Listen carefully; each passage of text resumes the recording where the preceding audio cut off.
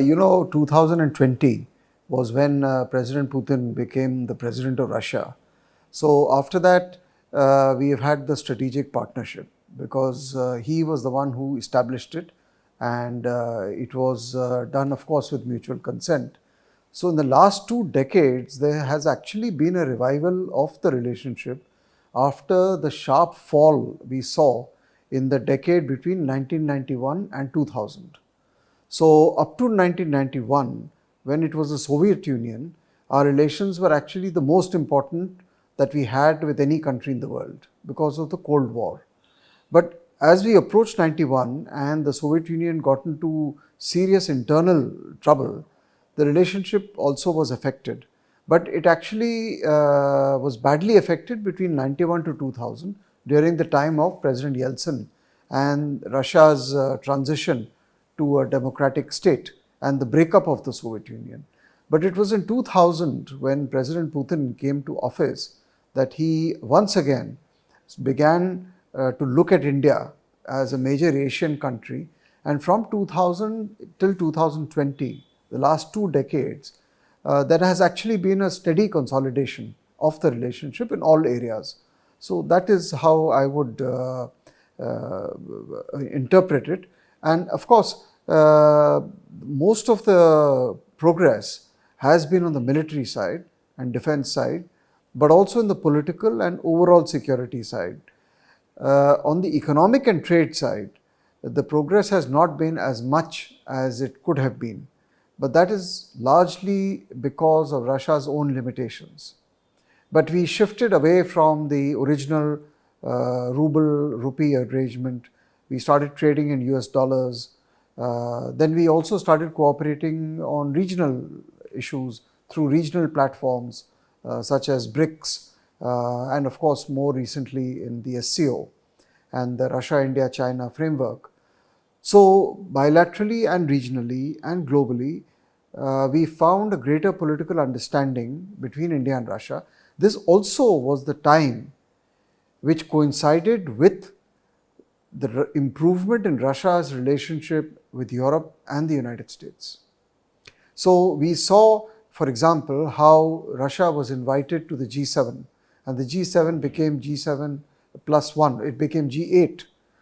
We also saw how Russia became a partner of the NATO in this period.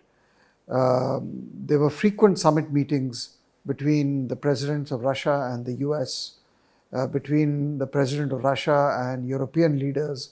So it coincided with some kind of a defreezing of the Russia-West relationship. The problems, I think, began only around 2014 with the first developments in Ukraine, which led to the whole Crimea episode and again a considerable deterioration in the Russia relationship with the West. So overall, I would say this was the period that we saw. Also, from 2000, if you remember, the Indian economy started growing well. India's own relationships with the United States improved significantly. For example, in 2008 with the nuclear agreement. We also started having positive movement in our relationship with China. So all in all, India was emerging from the difficulties of the past, trying to spread its relationships with all major powers. And the relationship with Russia was a part of this.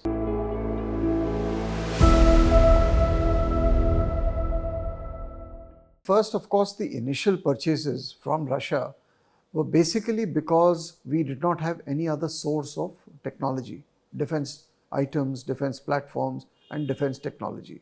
So India had an older relationship, a legacy relationship. So that is why these purchases continued. And some of them were accompanied by also technology transfer and production of these sometimes complicated platforms in India. So that was the initial phase. Secondly, of course, we were faced with in this period a time when we were under Western sanctions because of our nuclear explosions. And so there was a denial of both technology to India as well as sanctions. So this also was one of the factors which led us to go to Russia. Third, Russia was at that time ready to provide India the kind of technologies and equipment and know-how which no other country in the world was willing to give. And this was true for all the three wings of the armed forces, the Navy, the Air Force, and the Army. So this was the whole kind of scenario that existed. And that is why there was a domination of Russian inventory in our military forces. But I'm not sure about this figure of 50%, but in the last 10 to 12 years, there has been a diversification of our imports away from Russia to other sources, primarily Western sources. That includes the United States, Israel, France, and maybe one or two others. But these were the primary sources. So when the technology denial regimes of these countries started to somehow ease up, that opened and paved the way for us to actually begin purchases. So with the United States, we began small, but there's been a significant growth. With France, it always was a traditional partner, but there's significant growth. And of course, with Israel. So I think we are now at a stage where we want to diversify our sources of military equipment and defense items. And of course, now in addition, we have our own very ambitious Make in India programs, which will take time. But till such time as they fructify, we want to now avail of the best technology in the world, equip our armed forces with the latest of weaponry, and we will source them from whichever country we can get them from, which is a trusted source, a dependable source, which is suits our budget, and which guarantees a component of indigenization of technology and production. These are all difficult, I admit, objectives, but this is the basis of the current philosophy of procurement. You know, the Russia-China relationship has been steadily growing. Its growth predates the Ukraine conflict, and you can trace it back to at least 10 years. So the only thing is that in India, it was not visible, it was not in the Indian headlines, but it was happening. And one of the major reasons for this was that the Russian relationship with the West was deteriorating. So Russia was in a sense driven into the arms of the Chinese because it needed a strategic comfort to compensate for the growing tensions with the West.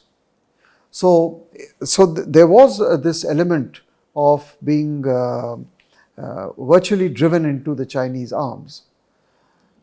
But that having said that, the fact is that Russia is also very conscious of its own power, its own identity, and its own self-awareness.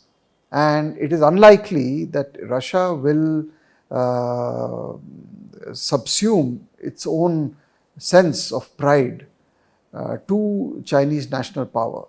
But the fact is that it is today more dependent on China than it was in the past, both for political support, for strategic support, and as well as for economic and trade support. But it's also true that Russia wants to maintain its other options in Asia apart from China.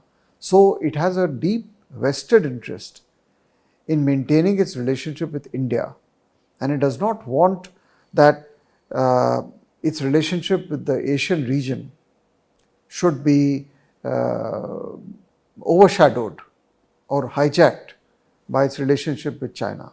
So there is a powerful push and an impulse in Russia to maintain the India relationship. And they also know, and we also know, that actually we do not have any bilateral dispute with Russia. We do not have any common border with Russia. And on issues which are of core interest to India, such as Kashmir, etc., Russia has invariably maintained a very balanced and position, which has more or less been unchanged. But having said all that, we have to be more watchful of what is the implications of, say, the Russia-China relationship on issues which matter to India. So far, we find that the Russians are still willing to continue the relationship with India, but we will be watching them and how they behave whenever there are developments or on issues of concern to us, on what position they take. But we should not jump to conclusions yet on the Russia-China relationship or the impact on us. It is better for us to watch much more closely and then to calibrate our responses, because our relationship with Russia and our relationship with China are totally different. With China, we have a serious border dispute, a lot of other strategic tensions and differences. And our relationship today with China is abnormal after the events of 2020. With Russia, we do not have any such problems. They have been a friend, they today are a friend. So we have to separate the two relationships and not make the mistake of clubbing them together. Insofar as your second question is concerned on Russia-Pakistan, we have conveyed our concerns to Russia on their military exercises with Pakistan or their supply of military equipment. In the last few years, this has not happened. After we have spoken to them a few years ago and conveyed in a very clear terms what we think of that and the fact that it was affecting our own relationship with Russia, they have backed off. And I am sure that they will take our concerns into mind, because they realize the gravity of the situation and the seriousness with which we take the Russia-Pakistan military and defense and security relationship. We try to tell them that, there is nothing that you can gain from Pakistan. They do not have the capability to purchase from you. There is nothing they can offer you in terms of geopolitical support. So, and in the bargain, if you continue this kind of a relationship, which they are not doing, you run the risk of jeopardizing your own relations with India. No, both what you're saying is true. I mean, in both the points that you make, in the sense that, the Ukraine conflict happened just when India was coming out of the COVID pandemic. We had very ambitious plans for national growth and revival of the economy. I mean, and just as when we were beginning to emerge from a really bad period of 2-3 years, including the whole 2020 crisis with China, this conflict broke out. And it completely disrupted our plans, because the first impact of this conflict was on energy supplies. But luckily, the US sanctions did not include crude oil and energy. So when India decided to continue to purchase Russian oil, it was not in defiance of those US sanctions. In any case, we never recognized unilateral sanctions. India has always said, when it comes to sanctions, we will abide by United Nations sanctions, not sanctions imposed by any one particular country or set of countries. But even then, crude oil and gas was not part of the sanctions imposed by the United States and Europe. So we purchased that energy and that oil particularly from Russia, number one. And number two, because of the circumstances, the prices of oil fell, and we had to cater to our own market, to our own consumers. We did not want to impose or rather import inflation into the Indian economy, because, as I said, we were just coming out of our economic difficulties.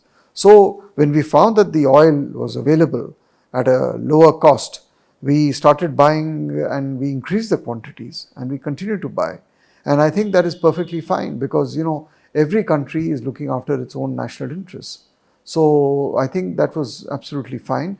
But in the future, when we talk about the India-Russia relationship, we will have to find new areas of cooperation and new forms of cooperation, because the proposition that the Russia relationship does not matter to India is not a valid proposition. Russia will always matter to India for different reasons, and it will always remain important, but we have to sit together to find new areas of new forms of cooperation. But with oil, of course, we have a problem in terms of the payment mechanism, but we have been able to arrange these supplies for the Indian consumer at cheap rates.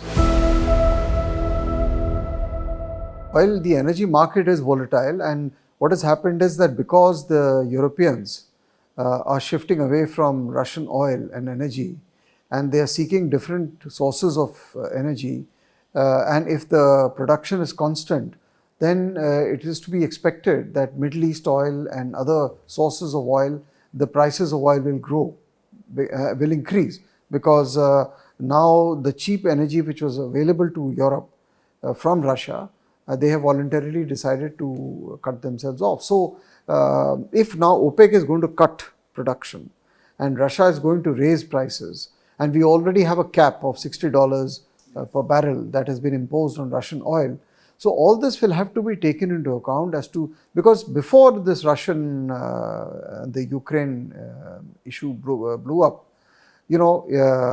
Iraq and the other countries were our largest suppliers of oil.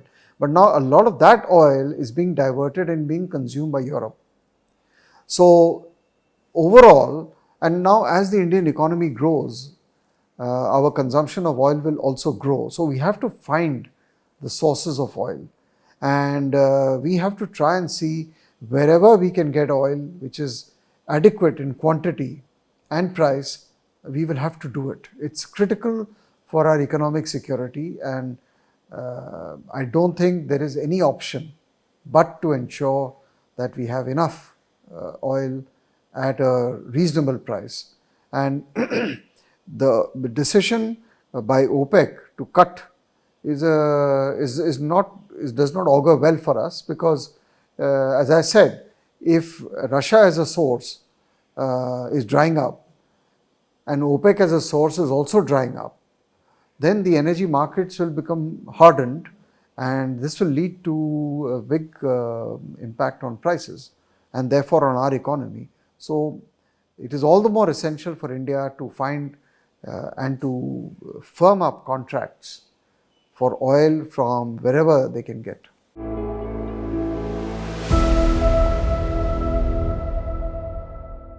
I've heard about these reports. The thing is, the fact is that someone is buying it. So there is a European market, and therefore Europeans are actually buying this oil.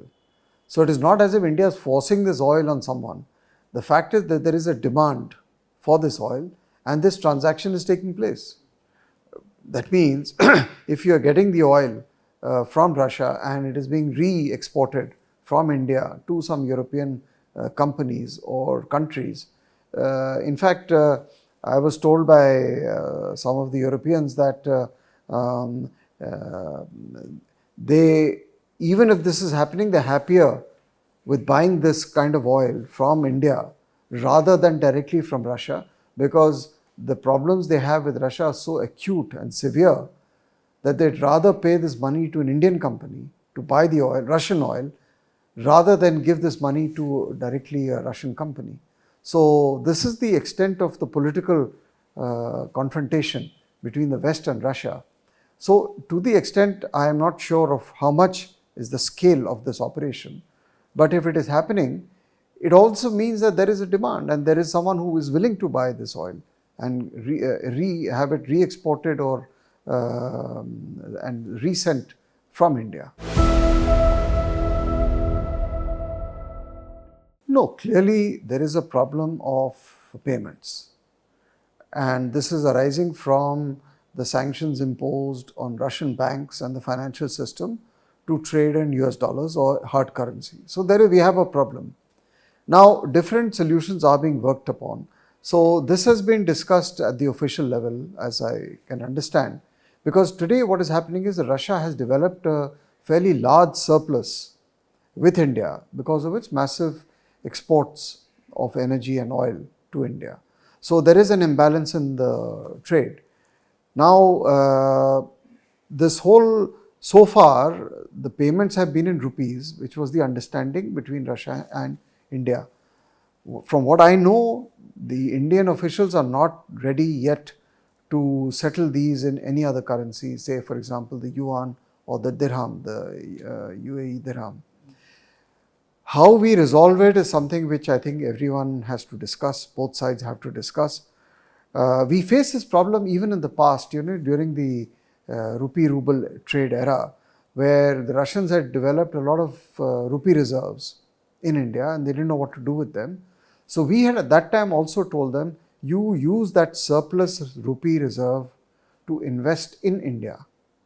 And I believe the same proposals have been made again to the Russians, that you take this surplus of rupees with you and invest it in India, or you find things you need to buy from India and buy them. I mean, there is so much that India can offer in terms of requirements for the Russian economy, whether it is capital goods or intermediate goods or raw materials or consumer goods. You will have to find what you need and what India can supply, so that we balance the trade out.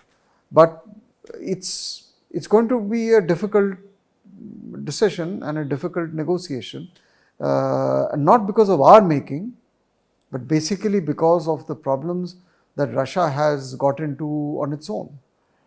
I mean, we are willing to pay them dollars, we are willing to pay them rupees, but they are not able to accept the dollars at least. So this has to be negotiated.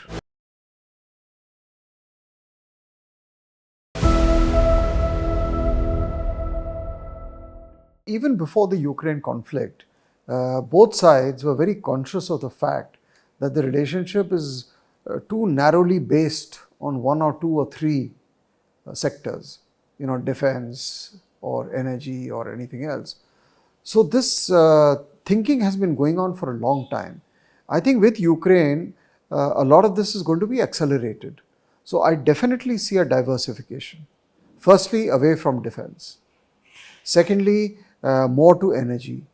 Thirdly, more to raw materials that India can get from Russia. And please remember that in the next 5 or 10 years, as your own growth accelerates, and given the size of your population, 1.4 billion people, and the low per capita in consumption levels of raw materials, your needs for raw materials, whether it is energy, minerals, oil, coal, everything is going to hugely increase.